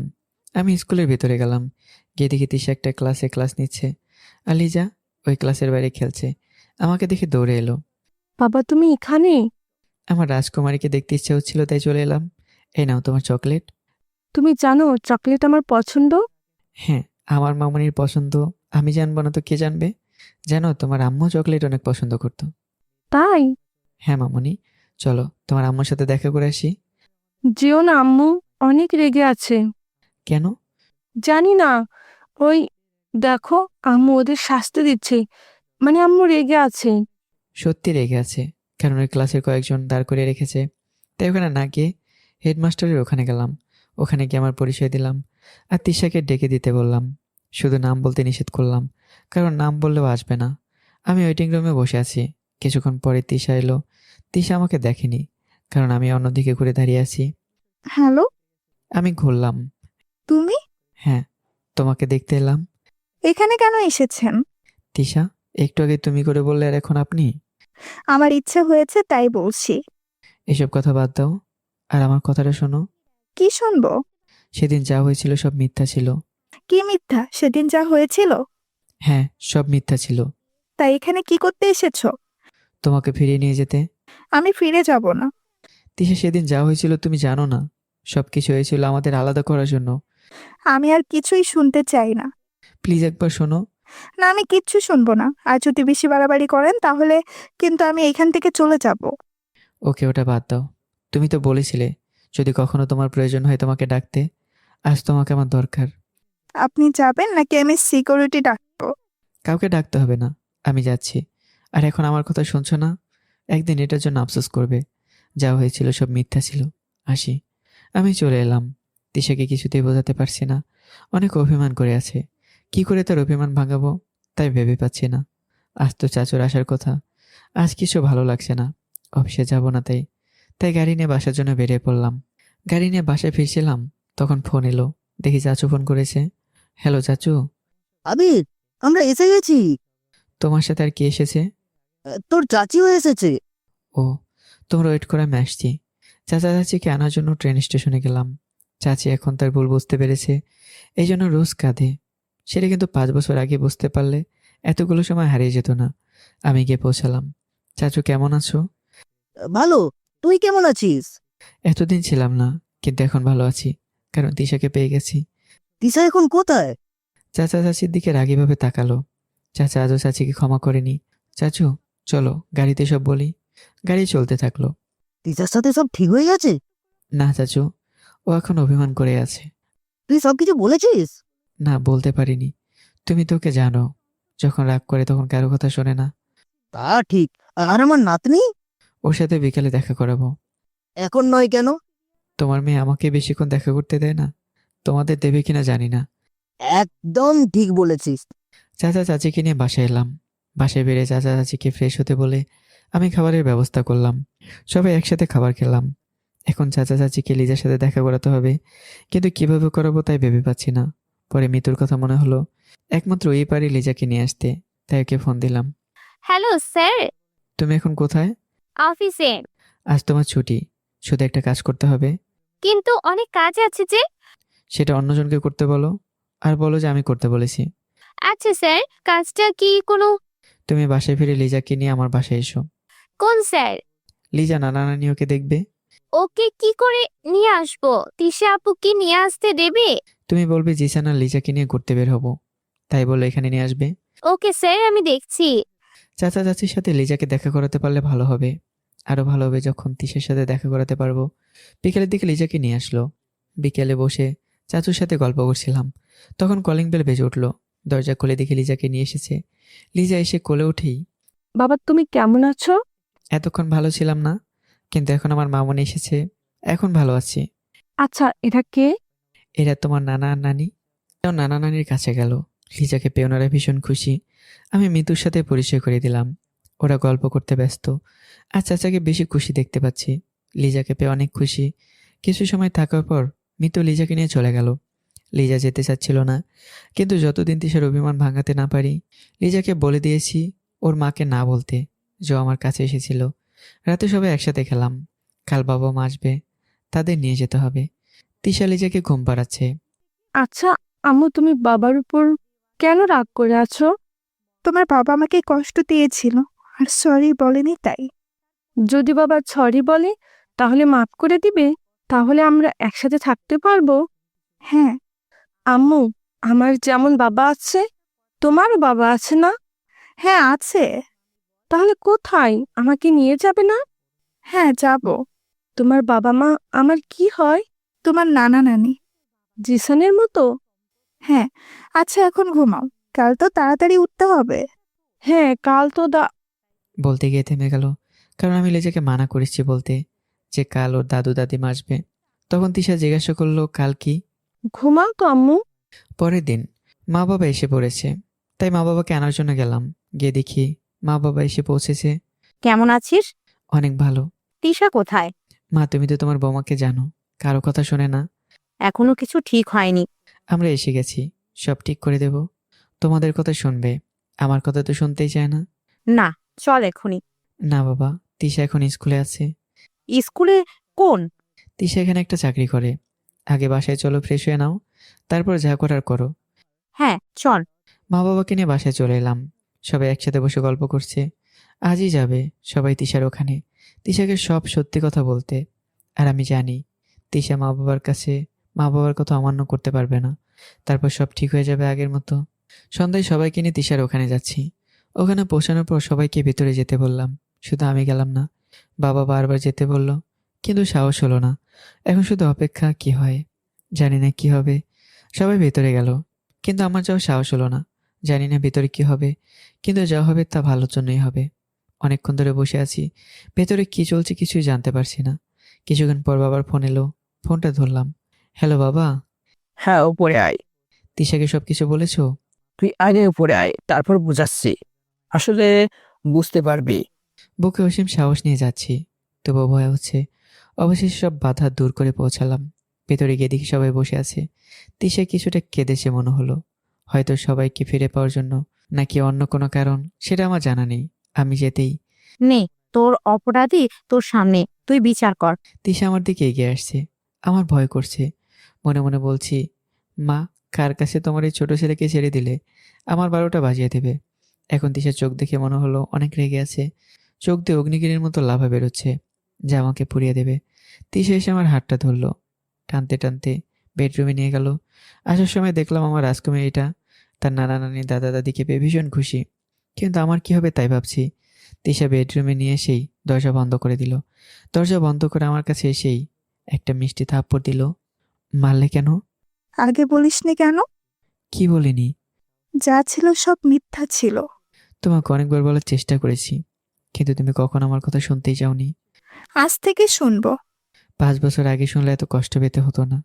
সেদিন যা পরিস্থিতি ছিল তুমি বুঝবে না। তোমার ভালোবাসায় বিশ্বাস ছিল না? ছিল তো। তাহলে অবিশ্বাস করেছিলে কেন? সেদিন যা হয়েছিল সেটা শুনে তোমাকে হারানোর ভয়ে মাথা ঠিক ছিল না। তুমি তো বলতে পারতে। বলার সুযোগ দিয়েছিলে? তার আগে কোথায় চলে গিয়েছিলে? খুঁজেই পেলাম না। এতক্ষণ জড়িয়েছিল, কিন্তু আমাকে ছেড়ে দিয়ে বিছানায় গিয়ে বসলো। আমি আর পাশে বসলাম, ওর হাতটা ধরলাম। সেদিন না হয় আমার উপর রাগ করে বাড়ি ছেড়ে চলে এসেছিলে, কিন্তু তোমার বাড়ি থেকে কেন চলে এসেছিলে? সেদিন যখন আমি বাড়ি চলে আসি, তখন বাড়ির ভেতরে ঢোকার জন্য দরজার কাছে এলাম, তখন দেখি দরজা খোলা।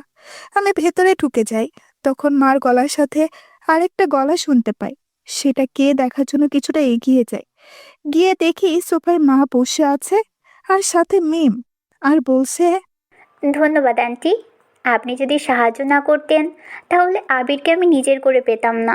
ধন্যবাদ তো তোমাকে দেওয়া দরকার। তুমি যদি আবিরকে নিজের জালে না ফাঁসাতে তাহলে এসব হতো না, আর আমার মেয়ের জীবন থেকে ওকে সরাতে পারতাম না।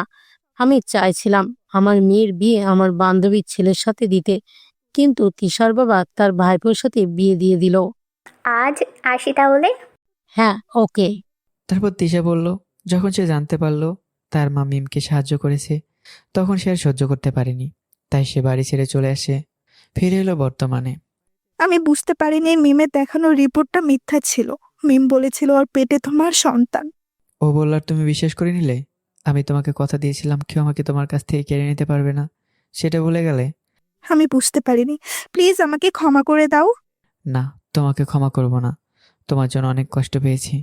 আমি উঠে যাচ্ছিলাম, তখন ও আমার হাতটা ধরলো আর আমাকে জড়িয়ে ধরলো। এই 5 বছর আমিও অনেক কষ্ট পেয়েছি, আর পেতে চাই না। আর কষ্ট পেলে আমি যে মরে যাব। আরে পাগলি, তোমার কিছু হলে আমি যা বাঁচবো না। এখন বাইরে চলো, সবাই অপেক্ষা করছে। হ্যাঁ চলো। আমরা বাইরে এলাম, দেখি বাবা মা চাচা চাচি আমাদের জন্য বসে আছে। আমরা যেতেই তাহলে মান অভিমান সব ঠিক হলো? দুজনে কেঁদে চোখ একদম লাল করে ফেলেছে। তোদের এই মান অভিমানের জন্য আমাদেরকেও কষ্ট পেতে হয়েছে। সরি বাবা।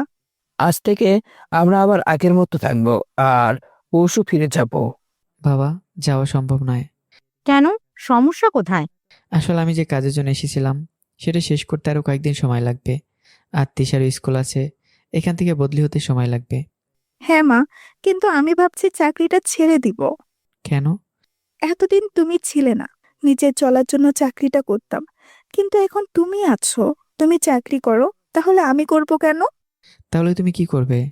সংসারের কাজ করব, তোমাকে ঘুম থেকে তুলে অফিসে পাঠাবো, আর সারাদিন মার সাথে আড্ডা দিব।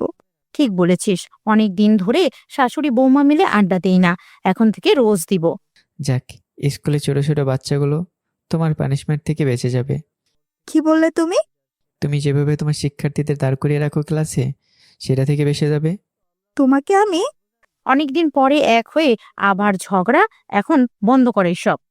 মা বলল, তাই ছেড়ে দিলাম। আমরা সবাই কথা বলছিলাম, কিন্তু চাচি চুপ করে বসেছিল। হয়তো চাচির সাথে তিশা এখনো কথা বলেনি, হয়তো এখনো রাগ করে আছে। কিন্তু আমি সব ঠিক করে দেব। মা মেয়েকে আবারও মিলিয়ে দেব। তিশাকে এটা বুঝতে হবে, চাচি ওনার ভুল বুঝতে পেরেছে, এর জন্য তিনি অনুতপ্ত। কি হলো? কোথায় হারিয়ে গেলে? তিশার কথায় ঘোর কাটলো। হ্যাঁ, আবি শোন, তুই হোটেল থেকে খাবারের অর্ডার কর, আমরা সবাই আজ একসাথে খাবো। ঠিক বলেছ, অনেকদিন ধরে সবাই একসাথে খাই না। তাহলে যা, সবার জন্য খাবার নিয়ে আয়। ওকে, আমি নিয়ে আসছি। বাবা, আমার জন্য অনেকগুলো চকলেট আনবে কিন্তু। আচ্ছা মামনি, অনেকগুলো নিয়ে আসবো। আমি সবার জন্য খাবার আনতে গেলাম, সবার পছন্দের খাবার নিয়ে ফিরছি। হঠাৎ করে মনে হলো লিজার জন্য চকলেট নেওয়া হয়নি, সাথে তিশার জন্য নেব, কারণ লিজার মতো তিশাও চকলেট পছন্দ করে। মা মেয়ে একরকম হয়েছে, তাই চকলেট নেওয়ার জন্য একটা দোকানে গেলাম। সেখানে গিয়ে দেখি রবিনও আছে। আমাকে দেখেই, আরে স্যার, আপনি এত রাতে এখানে? বেশি রাত হয়নি, মাত্র 10টা বাজে। এখানে এসেছিলাম বাড়ির সবার জন্য খাবার নিতে। আমি দোকানদারকে চকলেট দিতে বললাম, সেটা দেখে রবিন জানতে চাইলো। স্যার, চকলেট কার জন্য? আমার মেয়ের জন্য। আপনার মেয়ে আছে? হ্যাঁ। আগে তো বলেননি, তার মানে আপনি বিবাহিত? রবিন, কেমন প্রশ্ন করো? বিবাহিত বলেই তো মেয়ে আছে। স্যার, আপনার মেয়ের বয়স কত? প্রায় 4 বছর। তার মানে আপনি অনেক আগে বিয়ে করেছেন? যখন ইন্টার দিতে বসেছিলাম তখন। এত আগে? আজ আসি, বাকিটা না হয় পরে বলবো। আমি চলে এলাম। রবি যখন জানতে পেরেছে আমি বিবাহিত তখন খুব খুশি হয়েছে। কারণটা আমি বুঝতে পেরেছি। আমি বুঝতে পেরেছি রবিন মিতুকে পছন্দ করে, কারণ মিতু যতক্ষণ আমার কেবিনে থাকে রবিন বাইরে বারবার ঘোরাঘুরি করে। যতক্ষণ না মিতু বের হয়, খাবার নিয়ে পৌঁছে গেলাম। গিয়ে কলিং বেল বাজাতেই তিশা দরজা খুলে দিল। এত দেরি করলে যে? চকলেট আনতে দেরি হয়ে গেল। খাবারগুলো নিয়ে ভেতরে গেলাম। বাবা, আমার চকলেট। এই নাও। এত চকলেট? কিন্তু এত চকলেট খেলে মা বকবে না? আমি তো আছি, আর আমি তোমার আম্মুকে ঘুষ দেবো তাহলে। কি দিবে? তোমার আম্মু চকলেট পছন্দ করে, তাই চকলেট দিলে আম্মু কিছু বলবে না। বাবা মেয়ে কি কথা বলো এত ফিসফিস করে? না, কিছু না তো আম্মু। বলেই দৌড়ে চলে গেল। আমি তিশার হাতে ওর জন্য আনা চকলেটগুলো দিয়ে দিলাম। মনে রাখার জন্য ধন্যবাদ। আমার ধন্যবাদ তো হবে না, চকলেটের বদলে আমাকে অন্য কিছু দিতে হবে। কি?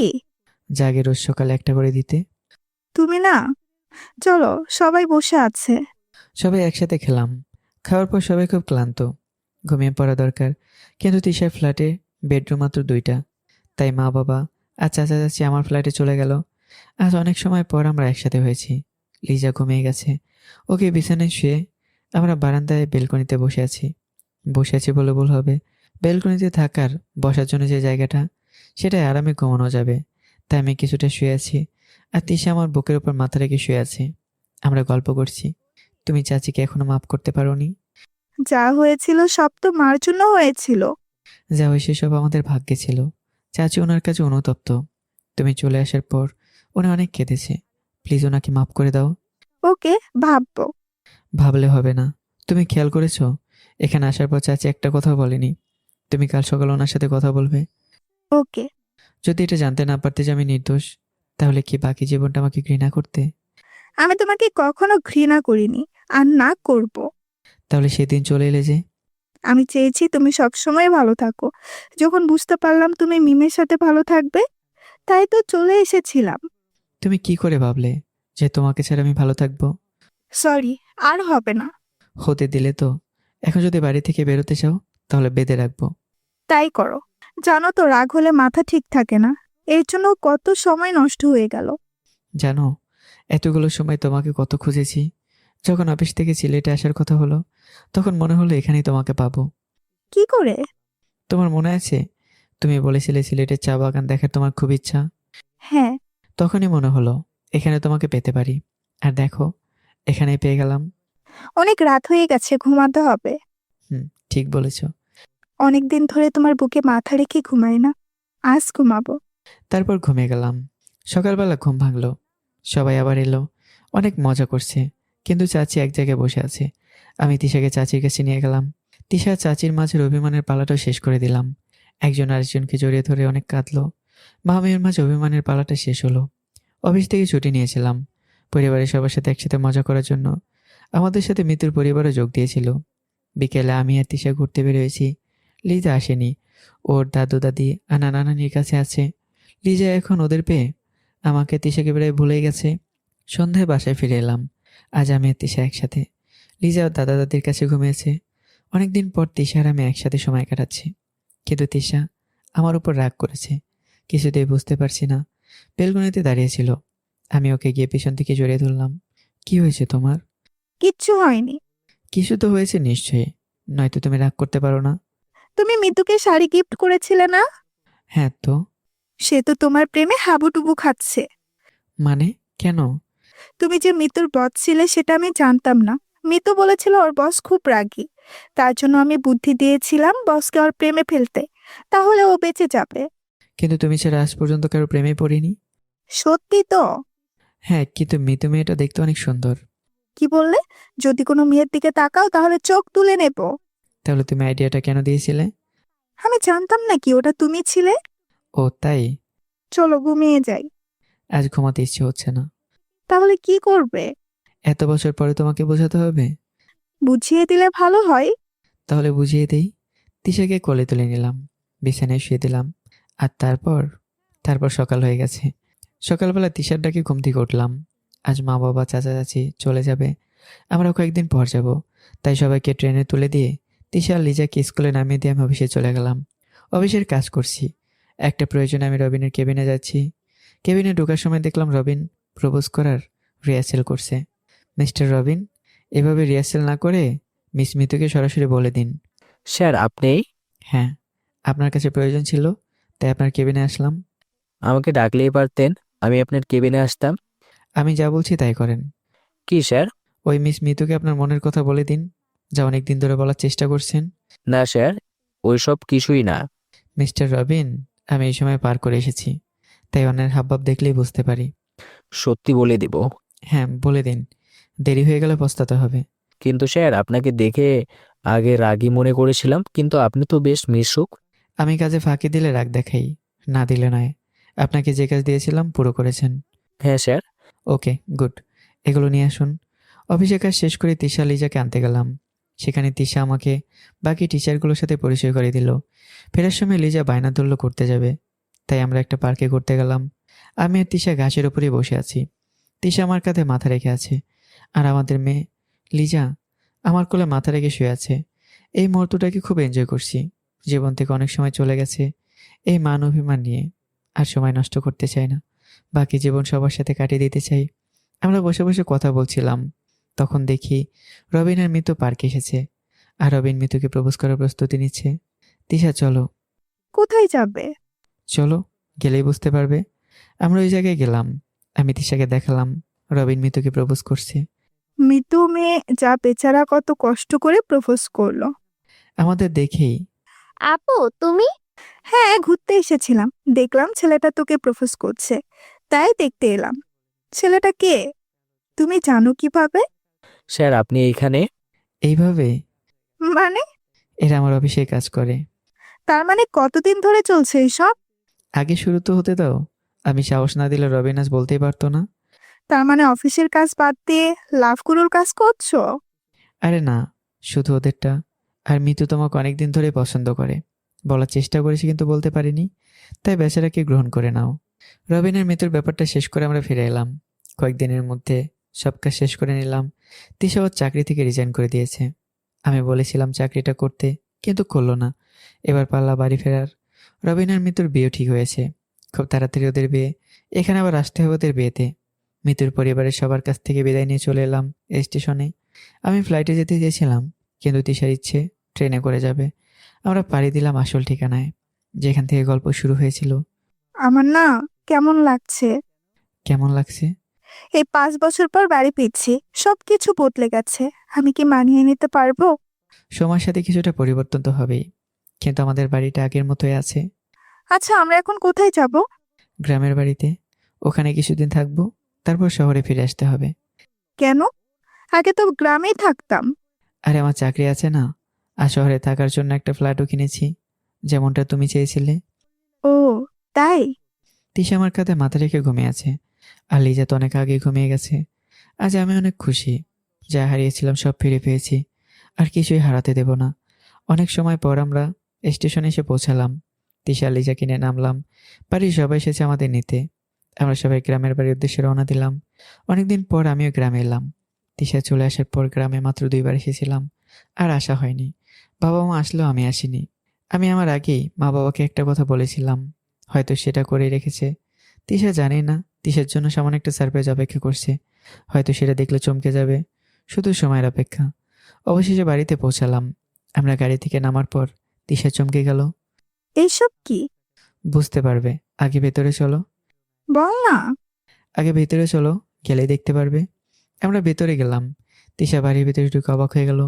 পুরো বাড়িটা সাজানো, মনে হচ্ছে কোনো বিয়ে বাড়ি। প্লিজ বল না, এগুলো কি? তুমি রুমে চলো, ফ্রেশ হয়ে নাও, তারপর সব বলবো। আমরা রুমে গেলাম। রুমটা তো আগের মতোই আছে। আমি তো আগের মতোই আছি। এই রুমে অনেক স্মৃতিতে পরিপূর্ণ। তাহলে কি করে রুমটা বদলাতে দিই? হ্যাঁ, শুধু মাঝখানে কিছু সময় নষ্ট হয়ে গেছে। যা চলে গেছে সেটা তো আর ফিরে পাবো না, কিন্তু এখন থেকে বাকিটা সময় একসাথে চলবো।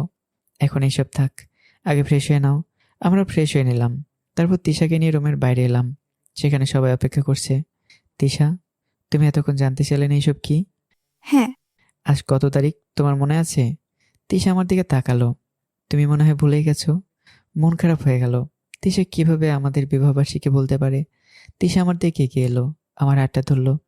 তোমার সাথে কাটানো 1 মিনিটও ভুলিনি, তাহলে এটা কি করে ভুলবো? তাহলে আজ কি? আমাদের বিবাহ বার্ষিকী। আমি আর তিশা তাকিয়ে দেখি দিশা আর মিম। মিমকে দেখার পর তিশার মুখের হাসি মুখটা কালো হয়ে গেল। আমার হাতটা শক্ত করে ধরলো, মনে হচ্ছে কেউ ছিঁড়ে নিয়ে যাবে। মিম আমাদের কাছে এলো। তিশা আপু, আমি যা করেছি এতে হয়তো তুমি আমাকে ক্ষমা করবে না। আসলে মা বাবাকে হারানোর পর আমি কি করেছি তা নিজেই জানি না। তিশা, ওকে ক্ষমা করে দে। আসলে তখন ওর মানসিক অবস্থা ভালো ছিল না। 4 বছর মানসিক হাসপাতালে ছিল, প্রায় 1 বছর আগে সুস্থ হয়েছে। সেই দিন যা করেছিল ও নিজেই জানে না। সুস্থ হওয়ার পর যখন জানতে পারলো, তখন থেকেই ও অনুতপ্ত। ক্ষমার পর্ব তাহলে শেষ, এখন কেকটা কাটা যাক। তারপর আমরা সবাই অনেক আনন্দ করলাম। জীবনে যা হারিয়েছিলাম সব ফিরে পাবার আনন্দ। রাতে সেই বাগানে বসে আছি, যেখানে আমি তিশা বসে চাঁদ দেখতাম। কিছুক্ষণ পর তিশা এসে আমার পাশে বসলো, কাঁধে মাথা রাখলো। তাহলে এইভাবে সারা রাত গল্প করা যাক। আজ সব অভিমান শেষ হয়েছে, নতুন পথ চলা শুরু হয়েছে, আর থামতে চাই না। দোয়া করবেন আমাদের ভালোবাসা যেন এরকমেরই থাকে। তো বন্ধুরা, কেমন হয়েছে গল্পটা অবশ্যই কমেন্ট করে জানাবেন। তৈরি থাকবেন পরবর্তী গল্পে। ভালো থাকবেন, সুস্থ থাকবেন। আল্লাহ হাফিজ।